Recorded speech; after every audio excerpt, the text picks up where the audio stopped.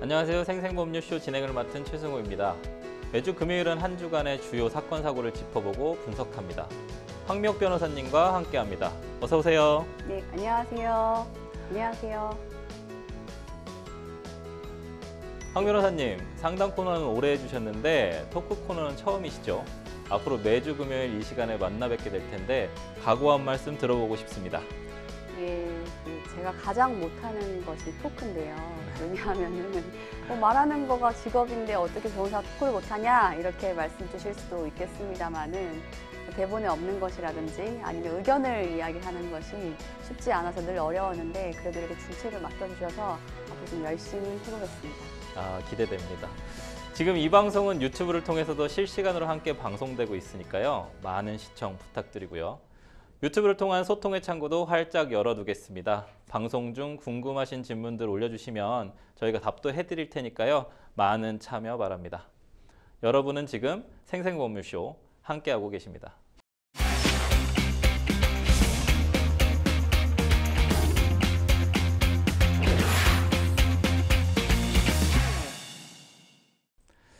네, 첫 코너는 생생 코멘트입니다. 생생 코멘트는 각 분야에서 화제가 되고 있는 인물들과 이슈를 주제로 그 말을 하게 된 배경과 의미를 다양하게 풀어내는 코너인데요.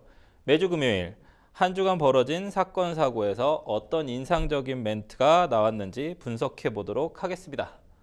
첫 번째 생생 코멘트. 어떤 말이 화제가 됐는지 좀 볼까요? 천장에 아빠가 보여요. 천장에서 아빠가 보인다니. 너무 무시무시한데요. 어떤 말일까요, 변호사님? 예, 천장에 아빠가 보여요 하면 심령사진 이런 걸 네. 떠올리실 수 있을 것 같은데요. 실제 있었던 일이고 바로 이러한 사연이라고 합니다. 최근에 경기도의 한 고속도로에 화장실이 속을 훤히 들여다볼 수 있도록 지어져서 논란이 된 휴게소가 있다라고 합니다. 이용객으로서는 훤히 들여다보게 되면 성적 수치심을 느끼는 일이 발생할 수밖에 없는데요.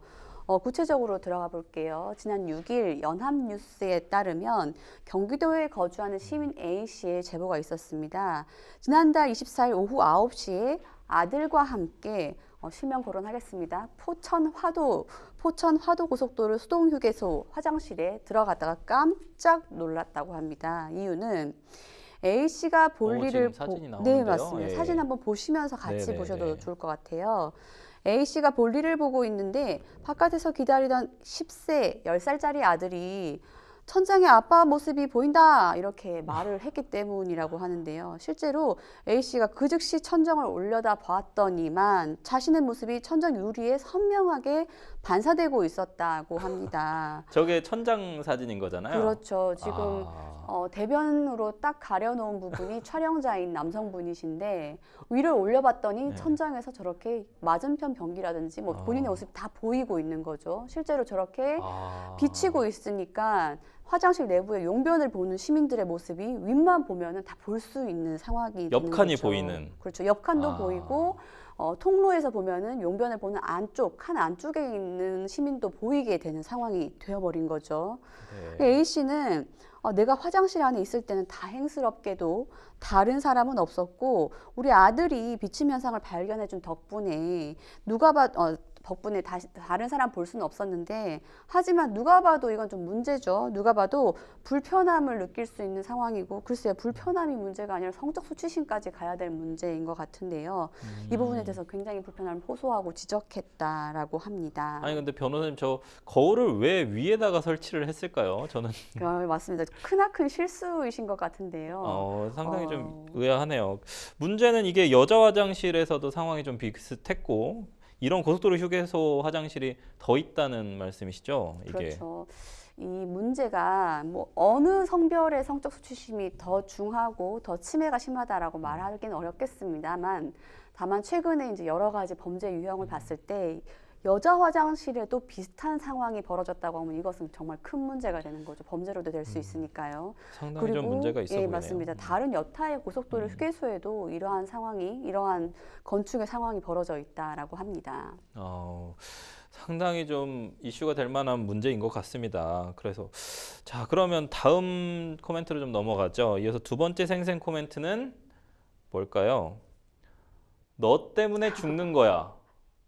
너 때문에 죽는 상당히 무서운데요. 이게 살벌합니다. 누굴 죽이겠다는 건가요? 네, 오늘 뭐 다 타이틀이 살벌합니다. 네. 너 때문에 죽는 거야라는 것은 바로 여자친구의 반려견을 마음대로 내다버린 남성의 사연입니다. 아이쿠야. 네, 모두 다르죠. 실제 사례입니다.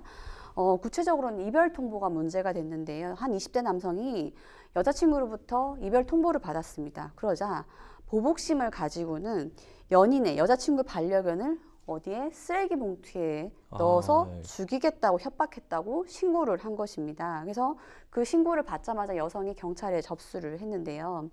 동물보호단체에서는 사진이 나오고 있는데요, 맞습니다. 바로 지금. 저 하얀 강아지가 죽이겠다라고 했던 그 대상이 된 반려견인데요. 동물보호단체는 이 소식을 접하고는 학사모, 학대견을 돕는 사람들의 모임이라는 그 모임에서 CCTV 영상을 빨리 공개하라. 그리고 하루빨리 저 반려견을 찾을 수 있도록 도움을 요청해야 되는 거 아니냐라는 입장이었던 거죠. 구체적으로 SNS에서 그 학사모란 단체가 올린 글에 의하면 분노와 보복의 대상이 된 그 반려견을 좀 도와달라. 여기 보시면 제니라고 되어 있죠. 아유. 예, 반려견의 이름이 예. 공교롭게 제니네요. 그 제니, 말티즈, 사세라고 표현하는 게 맞나요? 하여튼 네. 사세견인데 그 죽인 후 종량제 봉투에 담아서 어디에 버렸는지 도통 그 남성이 진술을 하지 않고 있습니다. 따라서 어쩔 수 없이 시민의 힘으로 혹은 CCTV의 추적의 힘으로 파악을 할 수밖에 없는데요. 그래서 모든 시민들에게 이 아까 말티즈 반려견에 대해서 빨리 찾아주세요라는 글을 올리고 있습니다. 보시다시피 이건 어디까지나 여자친구에 대한 분풀이의 수단밖에 되지 않은 거죠. 그래서 그 동물보호단체는 죄도 없고 무슨 상황인지도 모르는 채 2kg도 되지 않는 이 반려견을 자신의 분노와 분풀이 상대로 죽였다. 죽인 것이 분명하다. 그래서 이 반려견을 위해서 많은 분들의 공유와 공론화가 필요하다라는 SNS 글도 덧붙이고 있는데요. 경찰은 수사를 했죠. 일단 주변의 일대 CCTV를 조사해서 정말로 종량제 봉투에 이 남성이 무언가를 넣어서 버리는 현장에 있는가 혹은 더 나아가서 동물을 살해하는, 동물을 죽이는 현장이 있는가를 확인했는데 김포경찰서 관할경찰서에 따르면 이 A씨는 지난 2일 이별 통보를 받자 연인의 반려견 제니를 죽이겠다면서 쓰레기 봉투를 넣고 협박은 했는데 그 당시 협박을 할 때도 연인의 반려견을 종량제 봉투에 넣고는 그 사진을 보내면서 너 때문에 죽는 거야. 즉 너가 나한테 이별 통보를 했기 때문에 죽는 거야. 얘가 반려견 죽는 거야. 라고 메시지까지 보냈죠. 경찰이 CCTV를 확인한 결과 A씨는 당일 오후 8시 정도에 김포시 일대에 있는 길가에 종량제 봉투를 버리는 화면이 잡혔다라고 합니다. 실제로 버렸네요. 예, 그런데 이 종량제 봉투에 뭐가 들었는지 네. 그리고 죽인 동물이 들었는지 아직은 정확하지는 않은 것 같은데요. 찾지를 못했나요, 이거를? 예, 그래서 여자친구인 제보자는 제니가 죽었다는 사실을 믿을 수 없었고 남성에게 연락해서 제니는 어딨냐, 반려견이 어딨냐, 그 위치도 확인하고 물어봤지만 그 남성은 대답도 하지 않고 그다음에 적반하장. 예, 맞습니다. 그래서 신고하면은 더 정말로 아직은 살아있는데 정말 죽여버리는 게 아닐까라는 두려움 때문에 그 여자친구 입장에서는 신고도 하지 못한 채 계속 미루고 있는 상황이었고요. 어찌되었든 지금 동물 사체는 찾지 못하고 있는 상황이거든요. 그래서 보호단체 측은 정말 죽였다면은 사체라도 찾아서 뭐 장례 절차라도 취할 수 있도록 좀 해주어야 되는 게 아닌가라고 하고 있고 또 혹시 목격한 사람이 있다면은 좀 제보해 줄 것을 호소하고 있는 상황입니다. 경찰은 CCTV 영상을 추가로 분석해서 구체적인 범행까지도 확보하려고 하고 있습니다. 아니 근데 이 귀여운 강아지를 왜 반려견을 죽였으면 그 봉투에 버렸으면 자기가 왜 안 알려주는 건가요, 그거를? 추정컨대 아마 죽인 것이 아닌가 싶습니다. 그런데 어. 어디까지나 지금 드러난 것은 CCTV가 아직까지는 확보가 되지 않다 보니 동물보호법상에 따르면은 정당한 이유 없이 동물을 죽이는 행위도 어찌 보면 처벌 대상이 되기 때문에 추가적인 범행이 또 발각되는 것을 두려워해서 계속 그러니까 애매한 진술을 상태로 하지. 놔두겠다. 그러니까 예, 않는 자기가 것으로 보입니다. 확정범이 안 되고 그냥 애매한 맞습니다. 상태로 놔두겠다. 아니 근데 이 강아지가 지금 안 돌아오고 있잖아요. 예, 그럼 어디 맞습니다. 가서 이미 이렇게 반려견이 길들여진 상황인데 집에 안 온다는 것 자체가 좀 유기 상태가 좀 있는 것 같은데 그 A 씨는 어쨌든 남자친구의 집착과 가스라이팅, 협박, 감금 등이 너무 힘들고 괴로웠다고 했는데요. 이것만으로 범죄가 성립되지 않을까요, 변호사님? 그렇죠. 협박, 감금은 뭐 아주 익숙한 범죄이고요. 또 이것을 문제 삼았다고 하면 처벌도 대상이 될 수 있는데 문제는 남자친구의 집착과 가스라이팅으로 처벌해 주세요. 이것이 가능하냐인 문제인데 아직까지는 우리나라 법제에서는 가스라이팅이나 집착에 대해서는 처벌을 하지 않고 있습니다. 물론 최근에 스토킹 범죄 처벌법 나왔습니다. 나왔는데 집착 행위에 대해서 유형화시키고 있고 지속적이고 반복적이어야 한다는 규정을 두고 있어서 여기에서 탈락된 행위에 대해서는 그냥 경고 조치하는 것이고요. 가스라이팅은 더 아직까지는 미비한 상태입니다. 가스라이팅이 뭐죠? 심리 지배하는 거잖아요. 그렇기 때문에 심리 지배, 즉 물리적 지배력까지, 물리적 폭력에까지 나아가지 않은 심리적 지배 상태로는 아직까지는 정확한 처벌 규정이 없고 다만 그러면 누군가를 처벌할 때 이러한 가스라이팅 행위를 했으니까 더 엄중히 처벌한다라는 양형 사유는 되어야 되지 않나? 라고 생각하시겠지만 아직까지 형사 판결문에 가해자가 피해자를 가스라이팅 한 점 때문에 좀 더 가중 처벌한다라는 명시적인 표현은 아직 그리 등장하지 않고 있는 상황입니다.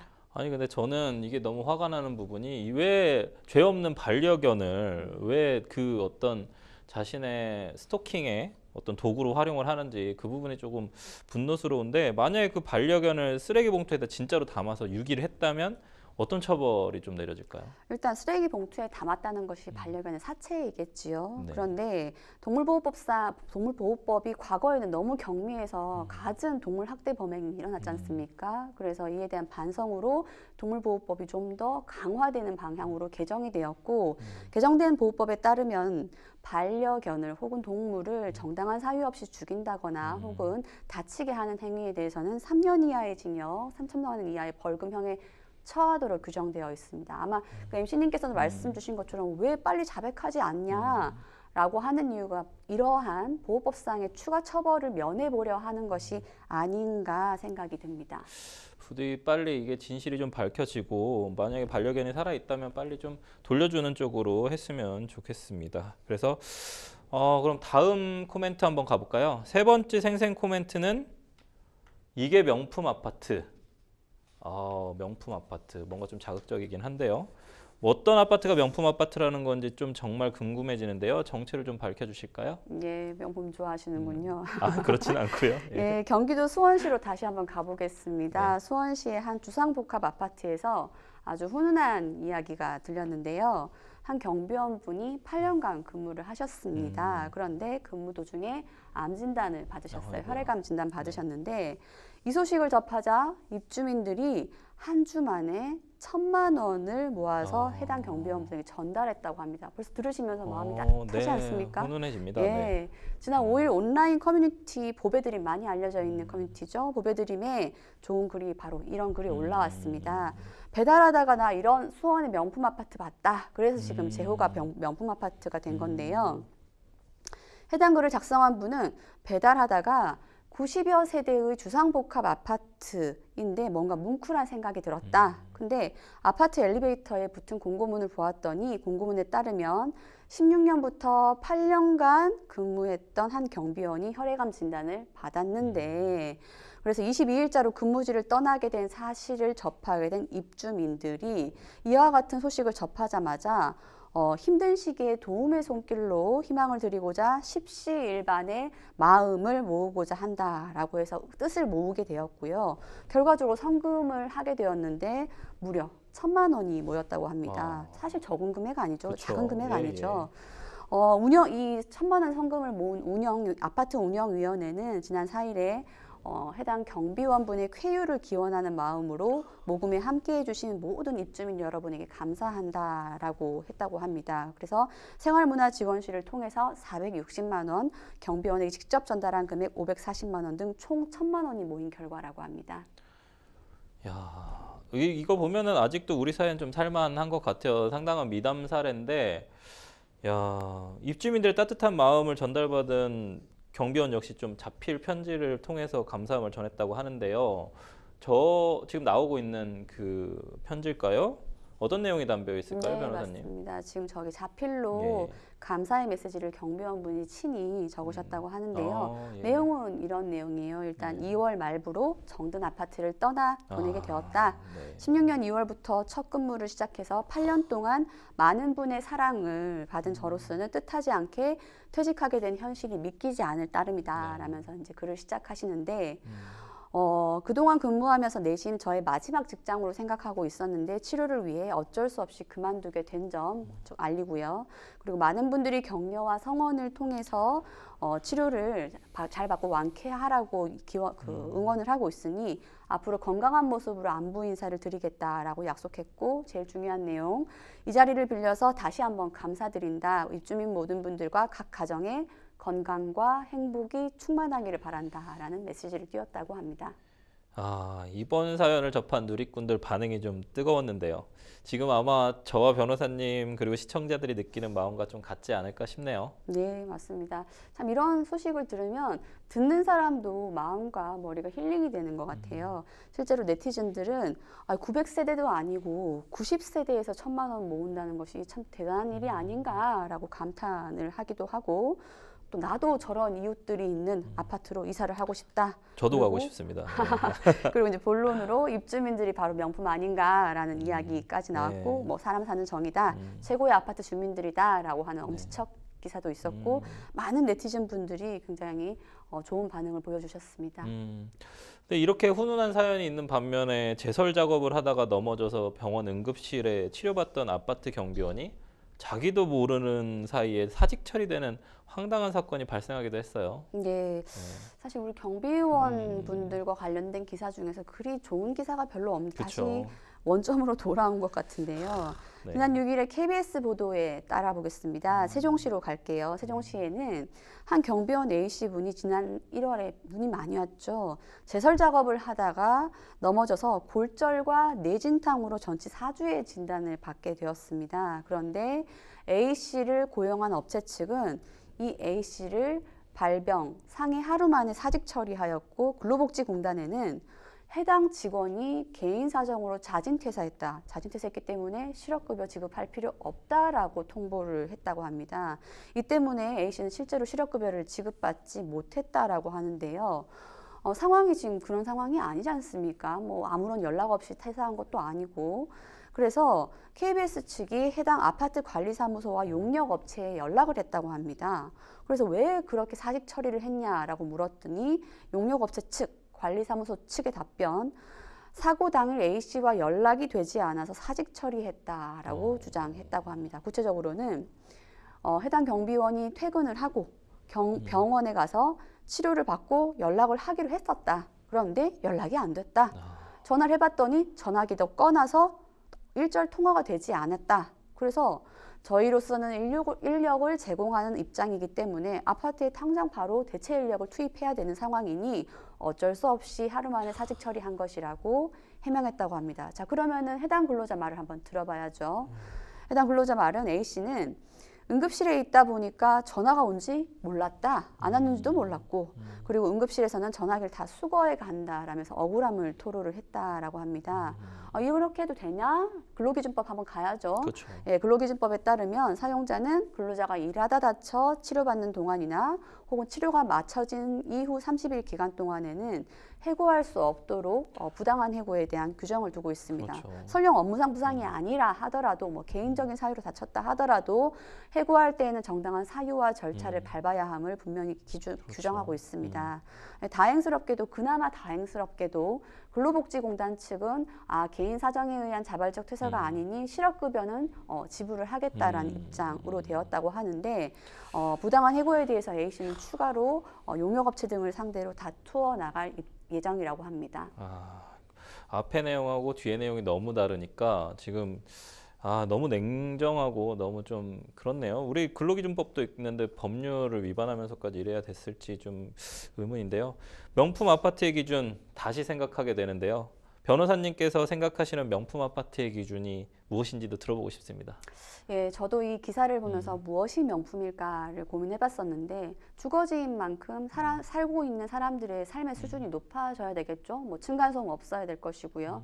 햇볕이 잘 들어야 될 것이고 그다음에 입주민들 간에도 잦은 다툼이 없는 등 이러한 사는 사람의 질적 수준을 높여줄 수 있는 아파트라면 그것이 바로 명품 아파트가 아닌가라고 생각을 하는데 MC님께서는 명품 아파트에 대해서 어떤 기준을 가지고 계십니까? 우리 사회가 워낙에 고도로 빠르게 성장하다 보니까 너무 팍팍한 것 같아요. 그래서 빨리빨리 뭐 이렇게 하다 보니까 사실 주민들끼리도 서로 좀 이렇게 소통이 없고 서로 좀 뭐 냉정하고 좀 이렇게 하는 것 같습니다. 저 앞에 얘기를 들으면서 경비원분에게 그 1,000만 원 이렇게 성금 모아주신 부분들하고 같이 살고 싶네요. 그런 아파트가 진짜 명품 아파트가 아닌가라고 저는 생각이 들고요.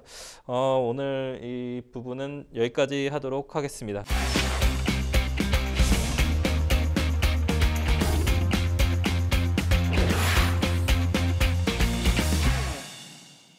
다음 코너로 좀 넘어가 볼까요?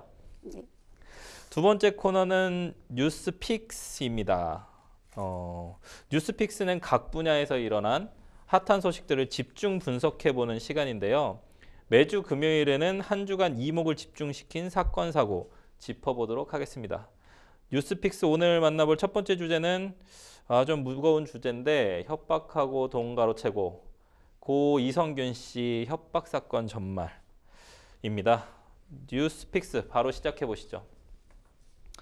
지난해 12월이죠. 그 세상을 떠난 고 이성균 씨는 친분이 있던 유흥업소 실장과 또 다른 여성으로부터 집요한 협박을 받아왔는데요. 범행 과정이 검찰의 공소장을 통해서 자세하게 드러났습니다.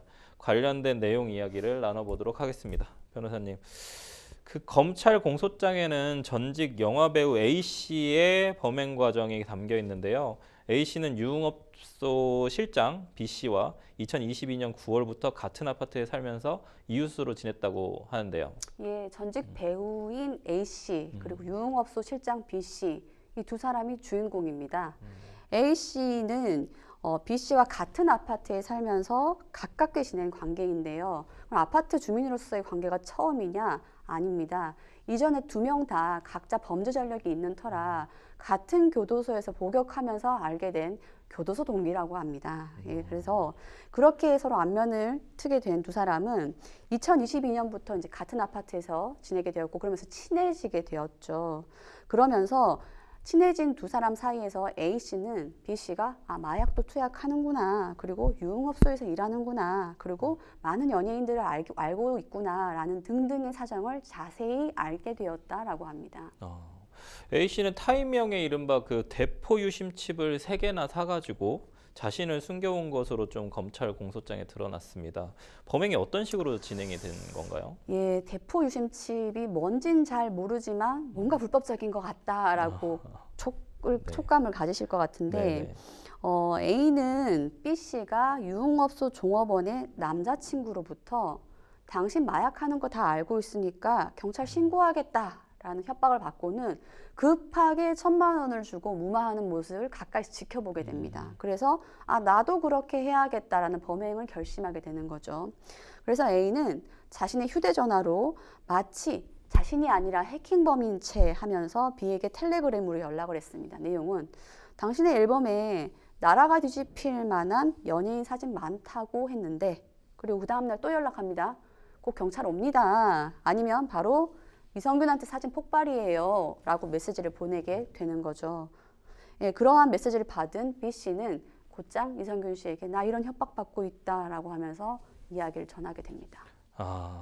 그럼 변호사님, 그 대포 유심칩이죠. 발음 좀 어려운데 대포 유심칩을 일반인이 쉽게 구입하는 게 가능한 건가요? 엄연한 불법 행위일 것 같은데요. 그 시작은 선불 유심칩인 거죠. 네, 통신사를 이용하지 않더라도 선불 유심칩을 사용하게 되면은 적어도 2, 3개월 정도는 통신사 없이 할 수 있는데 통화를 할 수 있는데, 이 선불 유심칩을 구입한 다음에 이걸 또 온 오프라인으로 대리점을 거치지 않고 직접 개통을 할 수 있는 이점을 이용해서 선불 유심칩을 암암리에 서로 거래를 하고 있는 상황인 거죠. 그런데 아시다시피 대포폰 거래든지 아니면 유심칩 거래는 전기통신사업법에 따라서 처벌의 대상입니다. 함부로 해서는 안 되는 불법적인 일입니다. 그렇죠. 불법 행위죠. 근데 정작 B씨는 이성균 씨에게 휴대전화가 해킹됐다는 이유로 3억 원을 받았지만 A씨에게는 전달하지 않았습니다. 근데 범행의 시작은 A 씨였는데 B 씨 역시 고 이성균 씨를 협박하고 돈을 모두 가로챘으니 혐의가 위증이라고 생각이 될 것 같은데요. 어떤가요? 일단 이 사안이 코미디가 아닌 코미디인 것이 이렇게 벌어진 일에서 이성균 씨가 B 씨에게 돈을 주죠. 돈을 줬는데 3억 원 정도를 받아든 B 씨는 이걸 A 씨에게 전달하지 않았습니다. 네.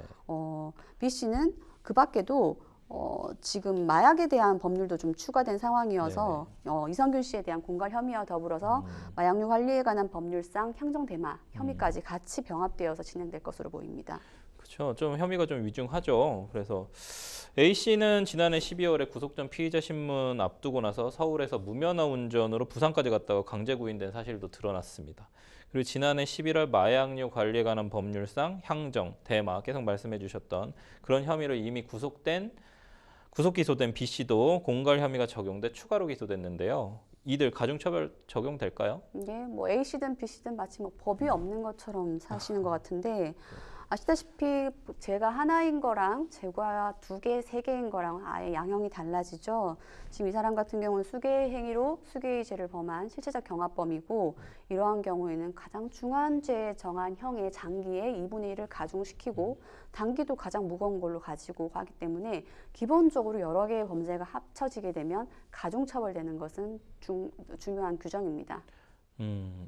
이들의 첫 재판 이제 이달 14일 인천지법에서 열릴 예정인데요. 어떤 판결이 내려질지 좀 변호사님 전망해 보신다면? 예, 변호사님께서도 이제 재판하시다 네네. 보면 많은 분들로부터 양형 어떻게 예상합니까? 얼마나 떨어지겠습니까? 이런 질문 굉장히 많이 받으실 것 그렇죠. 같은데 네. 곤혹스러운 질문이죠. 네. 저희가 기록을 보지 못했기 때문에. 그렇죠. 실형은 충분히 예상을 해야 될 것으로 보입니다. 그리고 나라가 떠들썩할 만큼 유명 영화 배우가 스스로 목숨을 끊은 중대한 피해를 입혔기 때문에 뭐 실형을 피할 수는 없을 것으로 보이고요. 그리고 그 실형의 정도도 낮은 정도의 뭐 1, 2년형은 아니지 않을까라고 예상하고 있습니다. 사회적으로 상당히 이슈가 된 문제고 집중되어 있는 이목이 집중되어 있는 사건이다 보니까 적은 형량으로 나오기는 좀 어렵다라고 말씀을 해주신 것 같고 이 가운데 그 고 이성규 씨를 협박한 유흥업소 여실장에게 마약을 제공한 혐의로 기소된 현직 성형외과 의사가 직접 대마초를 피우고 액상대마도 거래한 것으로 밝혀졌는데요. 의료인의 직접 마약을 흡입하고 거래까지 하는 행위 어떤 처벌이 내려질까요? 예, 배우 이성균 씨를 협박했던 유흥업소 여실장에게 마약을 누가 제공했냐까지 수사가 번져나갔습니다. 이 사건이 정말 고구마를 캐는 것 같은데 마약을 제공한 자를 찾아보았더니 결과적으로 현직 성형외과 의사라고 합니다. 케이블 프로그램에 의사로서 출연한 적도 있는 분이라고 하는데요. 이 의사는 제공한 것을 넘어서서 스스로 대마초를 피우고 액상대마도 거래했다라고 합니다. 6일 연합뉴스가 보도한 바에 따르면 검찰 공소장에 이 A 씨는 대마초를 피운 것에 대해서 분명한 그 기소 내용이 있는 것이고 구체적인 내용은 지인 B 씨와 함께 본인의 자택에서 흡연 기구를 스스로 만든 다음에 번갈아 가면서 이거 대마초를 피운 것으로 기소되어 있다고 합니다. 근데 요즘에 이제 뭐 의료법 관련해 가지고도 많은 이슈가 있습니다만 의대 정원 뭐 이런 관련된 부분도 있지만 불법을 저지르고 뭐 저는 이제 성범죄 이런 것들도 있지 않습니까? 그런 어떤 불법을 저지르고 면허를 다시 받는 의사들 재발급 심사 기준 높여야 된다고 생각하시지 않으세요, 변호사님? 네, 맞습니다. 저희가 성범죄 했을 때 가해자분이 의사분인 경우에는 피해자분들이 이제 호소하는 내용 중에 가장 가슴에 와닿는 것이 어차피 이렇게 돼도 혹은 실형을 다 복역하고 나오더라도 의사할 거잖아요. 이렇게 이야기하면 부인을 못 하겠습니다. 실제로 국회 보건복지위원회 소속의 신현영 더불어민주당 의원실이 보도한 자료에 따르면 2014년부터 23년까지 거의 10년입니다. 마약류 관리법 위반으로 의사 면허가 취소된 이들은 총 36명이었다고 합니다. 36명 중에서 15명이 저 의사 하고 싶어요 라고 의사 면허에 대한 재교부 신청했고 마약류 사범 73%가 다시 의사로서 사회에 복귀하게 되었다라고 합니다. 문제 있지 않겠습니까? 요즘에 의대 정원도 늘려야 된다고 하는 마당에 그래서 이러한 면허 재발급 과정에서 구체적인 기준이 없는 것이 가장 문제다라는 것에 서로 의식을 공론화하고 앞으로 재발급 과정에서는 그 기준을 뚜렷하고 좀 더 엄격해야 한다는 비판이 있는 상황인데 아직 법제화까지 되진 않은 것 같습니다. 이게 항상 좀 자정작용이나 자발적으로 좀 의사단체나 의사 여러분들께서 좀 선생님들께서 조금 합의를 하면 참 좋을 문제일 것 같은데 자정이 잘 안 돼요. 그래서 항상 이렇게 외부에서 좀 들어와야 되는 부분들이 있어서 조금 시간이 좀 걸릴 것 같습니다만 방금 얘기하셨던 재발급 심사 기준 좀 높이는 부분에 대해서는 저도 약간 좀 찬성하고 있는 부분이라서요. 네, 첫 번째 뉴스픽스 여기까지 살펴보도록 하겠습니다. 여러분은 지금 생생법률쇼를 함께하고 계십니다.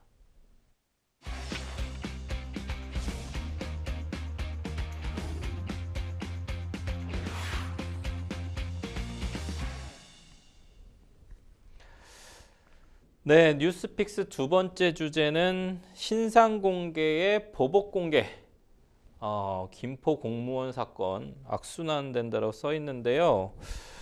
항의성 민원에 시달리다가 온라인 카페에서 신상 정보까지 공개된 공무원이 숨졌습니다, 변호사님. 네. 지방자치단체가 누리꾼들을 상대로 법적 대응에 나서기로 했는데요. 관련된 이야기 좀 나눠 보도록 하겠습니다. 이 고인이 된 공무원한테 도대체 무슨 일로 항의가 쏟아진 걸까요? 예, 김포시 공무원의 사망 사고를 접한 누리꾼들은 무슨 일로 항의를 당한 것인가가 아마 제일 첫 번째 떠오르는 질문일 걸로 보입니다. 공무원의 사정을 좀 들어가면 공무원으로 임용된 지 1년 6개월이라고 합니다. 앞으로 공무원 정년 임기를 생각해 봤을 때 거의 초입인 거죠. 그 공무원이 지난달 29일 김포시 도로에서 포트홀, 그 도로 파임 증상에 대해서 보수 공사를 하느라 차량 정체가 빚어졌다. 라고 하여서 민원 폭탄을 받았다라고 합니다. 네. 당일 한 온라인 카페에서는 집에서 쉬고 있을 이 사람 멱살 사진 잡고 나오고 싶다. 있는데요. 네, 저거죠? 맞습니다. 예. 저기서 지금 도로 파임 공사를 하고 있는데 네. 보시다시피 지금 삼각 깔때기가 네네. 도로 한 2개 차선을 그쵸, 막고 2개 있지 차선 좀 않습니까? 막고 그러다 있고요. 보니 네. 통행에 굉장히 어려움이 있었을 걸로 보여요. 근데 뭐 정상적으로 항상 저렇게 하지 않나요? 그렇죠. 그러면은- 잦은 일들이긴 한데 네. 이에 대해서 당일 사실 우리가 지금 김포시를 서울시로 편입을 하냐 마냐 하는 것도 네. 대부분의 김포 시민들이 네. 굉장한 그 교통에 어려움을 가지고 있다라는 부분이다 보니 네네. 김포시의 그 교통 체증은 굉장히 네, 악명이 심하긴 하죠. 높지 않습니까? 네. 그러다 보니 시민들이 더 화가 나서 김포시청의 공무원을 상대로 악성 댓글을, 악성 민원을 넣은 네. 걸로 보입니다. 공무원이 잘못을 한 거다라고 해가지고 지금 했다는 거잖아요. 음. 극단적 선택을 지금 뭐 악플이 올라온 건가요, 저게? 예, 변호사님? 그렇습니다. 저게? 그날에 있었던 악플인데요. 한번 볼까요? 뭐 주무관이 승인해 줬다고 합니다. 즉 포톨 파임 공사에 대해서요. 그러니까 그리고- 공사를 하는 것에 대해서 승인을 주무관이 해줬다. 그러니까 예. 주무관이 책임을 져라. 그렇죠. 그 승인한 주무관에게 책임을 물어야 된다. 근데 더 다음 내용은 그 주무관 퇴근했다고 하네요. 이런 글이 올라와요. 퇴근했다. 카더라죠. 아무도 확인이 안 됐고 그러자 그 밑에 아 그래요? 그럼 퇴근했다고 하면 집에서 쉬고 있을 이 사람 멱살 잡고 싶네요 하는 네. 식으로 네, 세 번째 예, 나오는 허위 댓글을 부르는 그렇군요. 악순환이 반복되고 있는 내용입니다. 네. 근데 이 주무관 극단적 선택을 했습니다. 그 자살을 했죠. 극단적 선택을 할 정도였다면 정말 스트레스가 엄청났을 것 같은데 어떨까요? 예, 뭐 요즘에도 많은 힘든 일이 있는데 이 김포시의 주무관은 굉장히 힘들어했다라고 해요. 네.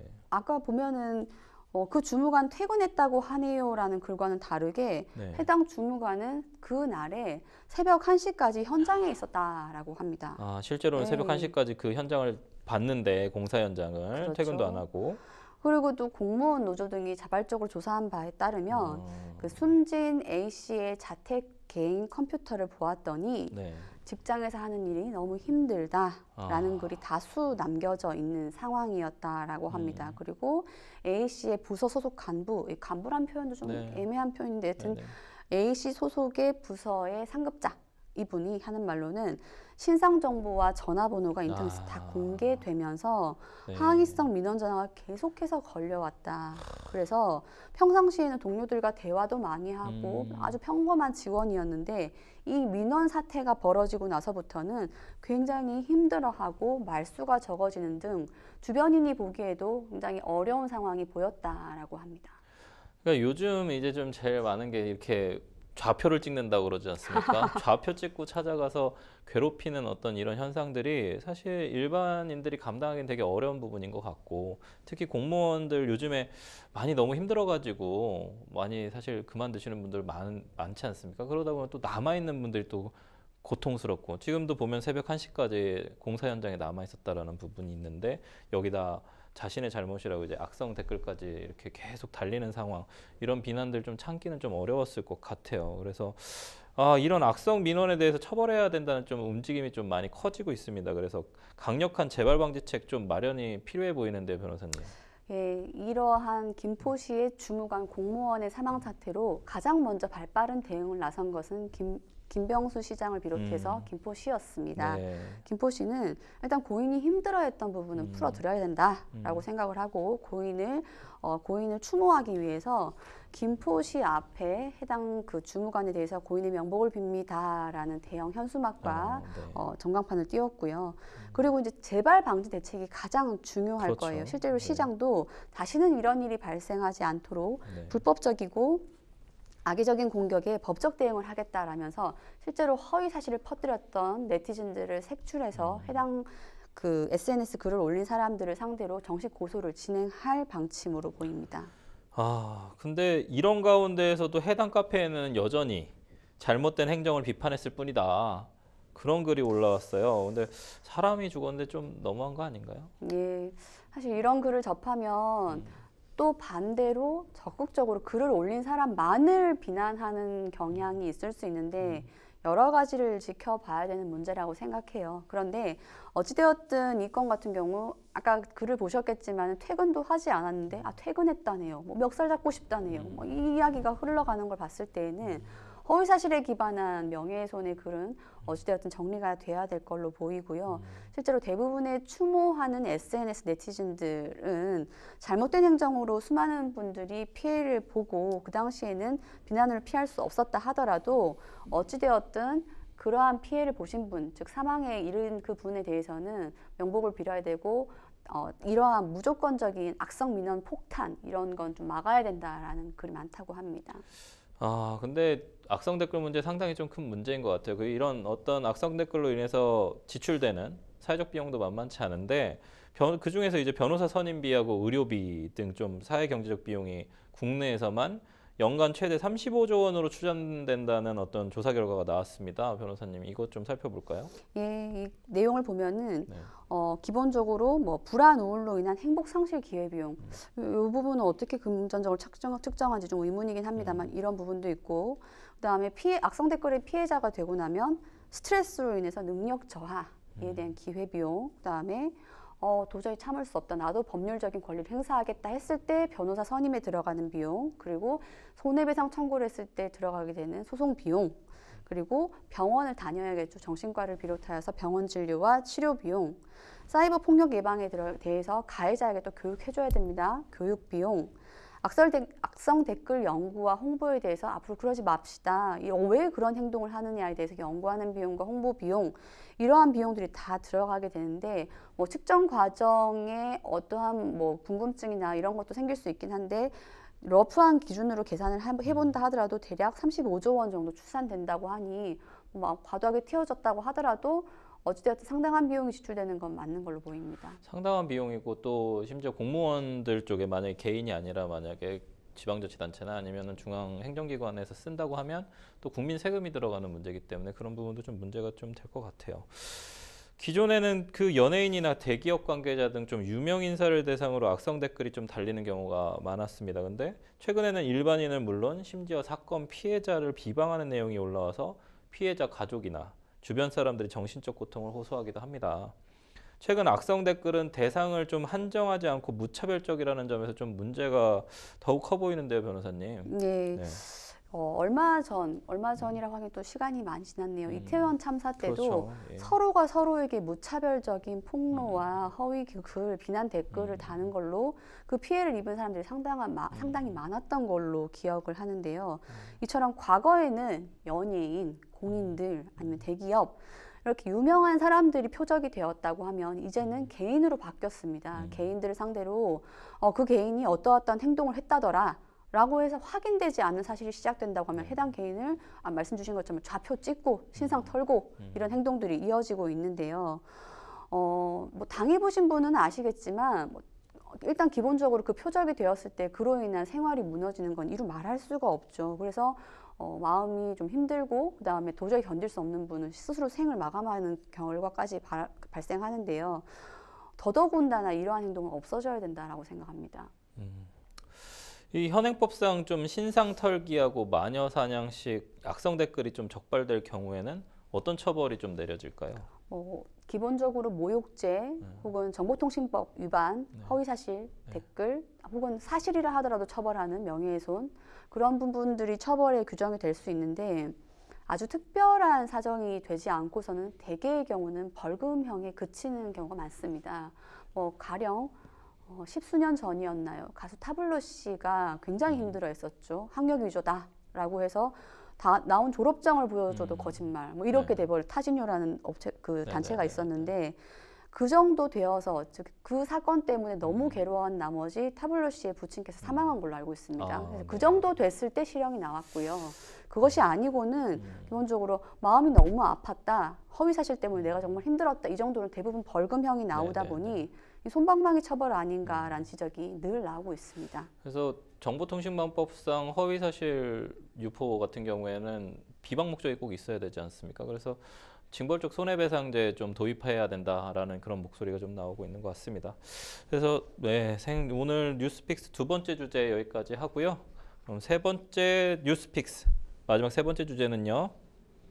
서민 울리는 온라인 부업 사기 주의보입니다. 지난해 그 온라인몰 부업 사기 피해액이 전년보다 약 23배 증가했다고 하는데요. 어떤 수법으로 이루어지고 있는지 그리고 대처법까지 살펴보도록 하겠습니다. 온라인 부업 사기 상세한 피해 건수와 규모부터 좀 살펴볼까요, 변호사님? 예, 조금 있으면 아마 그림을 띄워드릴 텐데요. 네네. 예상하시겠지만 사기 피해 건수와 피해 금액이 모두 늘어나고 있는 추세입니다. 요즘 부업 많이 하니까요, 그렇죠? 그렇죠. 예. 그리고 또 요즘에는 직업 하나로는 어렵다, 두 개는 네. 해야 된다라는 입장이 있는 거죠. 네. 서울시는 문자 메시지나 SNS 아르바이트 채용 플랫폼 등을 통해서 온라인 쇼핑몰 부업 공동구매 아르바이트를 모집한다라면서 입금을 유도하고 입금된 금액을 탈취하는 피해가 늘고 있기에 각별한 주의가 필요하다고 밝혔습니다. 실제로 전자상거래센터에 접수된 온라인 쇼핑몰 구매 후기 작성, 공동구매 등 부업 사기 피해 상담은 총 56건으로 피해 금액은 4억 3,900만 원에 달했다고 합니다. 1년 만에 엄청나게 폭증을 했네요. 그렇죠. 그 회색이 갑자기 예, 하늘색으로 바뀌면서 폭증하는 그래프를 네, 보실 수 네. 있는데요. 구체적으로는 전년 대비 23배가량 증가한 금액이라고 네. 합니다. 저게 지금 카운팅 된 숫자만 저건가요? 예, 사실 우리 경찰서들 가보면 사기 엄청 많지 않습니까? 예, 맞습니다. 기소된 금액인지 네네. 혹은 처벌에 이르기까지인지 그 부분에 대해서는 서울시가 구체를 밝히진 않았는데 네. 서울시에서 발표한 자료죠? 네, 그렇습니다. 네. 요즘 직업 하나만으로 좀 먹고 살기가 좀 힘들죠. 대부분의 좀 경기 상황이 안 좋아서 투잡을 찌르는 사람들이 좀 대부분일 텐데 어떤 수법들로 이렇게 사기를 하고 있을까요? 일단 온라인 쇼핑몰 부업을 한번 해보시지 않겠습니까? 라는 광고 메시지를 띄우는 데서부터 시작이 됩니다. 네네. 꾸준한 부업 찾으시는 분 환영합니다. 그리고 목요일 당일에 모집에 참여해 주신 분에는 1만 원 지원금을 드리겠습니다. 등등의 이야기를 하면서 기본적으로 자사가 운영하는 온라인 쇼핑몰에 활성화를 목적으로 쇼핑몰에서 지원자들이 먼저 물품을 선구매해 주시고 돈을 입금하면은 저희가 돈도 돌려드리고 조금의 수수료, 노동에 대한 대가도 지불해 주겠다라고 약속을 하면서 모으는 방식인 거죠. 또 다른 유형도 있습니다. 대형 오픈마켓을 통해서 들어오는 주문건에 대해서 중간 수익을 남기고 판매하기 위해서 공동구매 형식으로 도매가의 상품을 대리구매하고 있다.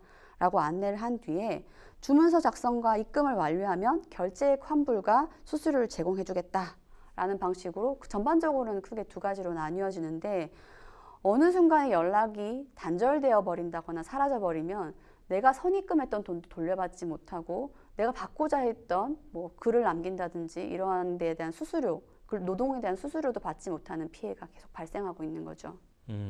그렇군요. 약간 저는 이제 제가 맡은 사건들 중에서는 보이스피싱으로 연결되는 경우도 상당히 좀 있었던 것 같아요. 특히 이 지원자들이 상품 주문서를 작성을 하거나 아니면 구매 후기를 작성하도록 안내받는 온라인 쇼핑몰은 전혀 관계없는 타 온라인 쇼핑몰의 상호 등의 사업자 정보를 도용한 후에 표시해서 2차 피해까지 발생하고 있는 상황이라고요. 네, 맞습니다.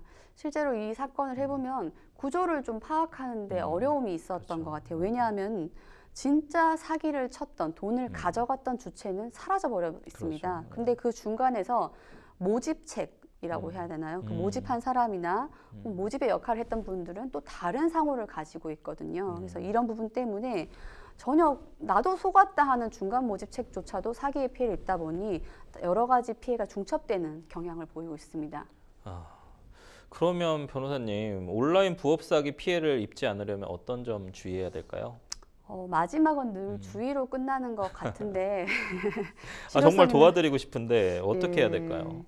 일단 모르는 연락처로부터 일을 한번 해보지 않겠냐. 그리고 아마 감이 오실 거예요. 내가 하는 일에 비해서는 돈이 쉽게 벌린다라고 생각하면 일단 의심하십시오. 그게 지금 기본적인 첫걸음이라고 보이고요. 그리고 구체적으로 내가 선입금을 한 다음에 돌려주겠다는 말뿐인 것에 대해서는 믿지 않으시는 게 좋습니다. 김경미 공정경제 담당관의 말을 한번 빌어와 보겠습니다. 초기에 지원금이나 수수료를 실제로 지급해 신뢰를 얻은 뒤 점점 큰 금액의 결제를 유도한 수법이 횡행하고 있으니 반드시 주의하셔야 됩니다. 시민들의 온라인 사기 피해 예방을 위해서 또 기관 자체도 협력하고 교육을 지속하고 있다니 또 그 부분도 기대를 할 수 있을 것 같습니다. 근데 이게 사실은 고액 알바, 그렇죠? 고액 부업. 사실은 일반인들이 알바비로 벌 수 있는 금액보다 상당히 높은 금액들을 요구하는 경우들, 그러니까 준다는 경우들이 좀 많은 것 같아요. 그래서 맞습니다. 선입금 이런 부분들에 대해서 좀 의심할 수 있을 것 같은데 의심들을 많이 안 하시더라고요. 선입금은 굉장히 위험한 방법이죠. 물품을 구매한 것처럼 결제까지 마친 다음에 내 돈을 다 내고 나면 돌려준다. 돌려주지 않았을 때는 그걸 어떻게 담보할 것인지에 대한 명확한 말이 없죠. 그런데 이 부분에 대해서 돈을 입금하는 피해자도 의문을 제기해야 함에도 불구하고 제기하지 않습니다. 그리고 신뢰하고 믿습니다. 그 연결고리엔 바로 무엇이 있냐? 금전적인 욕심이 껴 있어요. 모든 그렇죠. 사기 사건은 그렇죠. 맞습니다. 예. MC님께서도 말씀 주신 것처럼 하는 일이 고작 해야 댓글 몇 개 쓰는 것일 뿐인데 한 시간에 7만 원을 줘요. 아니면 하는 일이 물건을 갖다 옮겨주는 일일 뿐인데 하루에 20몇만 원을 줘요. 안 맞지 않습니까? 비례가 맞지 않아요. 그러면 그 자체에서 뭔가 의심을 하셔야 되는 거고 그런데 그 의심의 고리에서 금전적인 욕심이 그 의심을 느슨하게 만들지 않도록 늘 촉각을 세우시길 권해드립니다. 그러니까요. 그래서 사실은 이게 나에게 행운이 찾아왔을 거야라고 좀 생각하는 경향들이 좀 있는 것 같아요. 어르신 그래서 말씀입니다. 그래서 사기 피해를 당하시고 오셔가지고 이제 저희한테도 이제 막 어떻게 구제를 해달라고 하는데 구제 어떻게 해야 될까요, 변호사님? 피해 구제는 우리나라는 경찰 제도가 아주 잘 되어 있는 것 같습니다. 그래서 근처에 있는 일단 경찰에 신고를 하셔야 될 거예요. 대부분의 신고를 단념하시는 분들의 이유는 어차피 신고해봤자 금액도 소액이니까. 그리고 이미 다 도망갔을 텐데 비용만 들 테야 이렇게 생각해서 단념하시는 경우가 있는데 아시다시피 형사 절차를 이용하는 것은 특별한 비용이 들지 않죠. 무고의 위험만 감내한다면은 비용이 들지 않으니까 수사기관에 의뢰를 하시고요. 필요하다면 해당 정보를 공유하는 사이트에 대해서도 나 어떠어떠한 업체로부터 얼마의 피해를 입었다는 걸 빨리 공개해서 2차, 3차 피해가 유발되지 않도록 공유하셔야 될 걸로 보입니다. 네, 맞습니다. 생생법률쇼 어느새 마칠 시간입니다. 오늘 함께 해주신 황미옥 변호사님 고맙습니다. 방송이 끝나더라도 상담 접수는 계속되니까요. 변호사들에게 무료 상담받고 싶으신 분들은 상담전화 02-557-8295번으로 평일 오전 9시부터 오후 6시까지 연락 주시거나 법률방송 홈페이지 내 법률상담 클릭 또는 아래 하단으로 나가고 있는 이메일로도 접수해 주시기 바랍니다. 생생보험쇼 오늘 이만 인사드리겠습니다. 시청해주신 여러분 고맙습니다.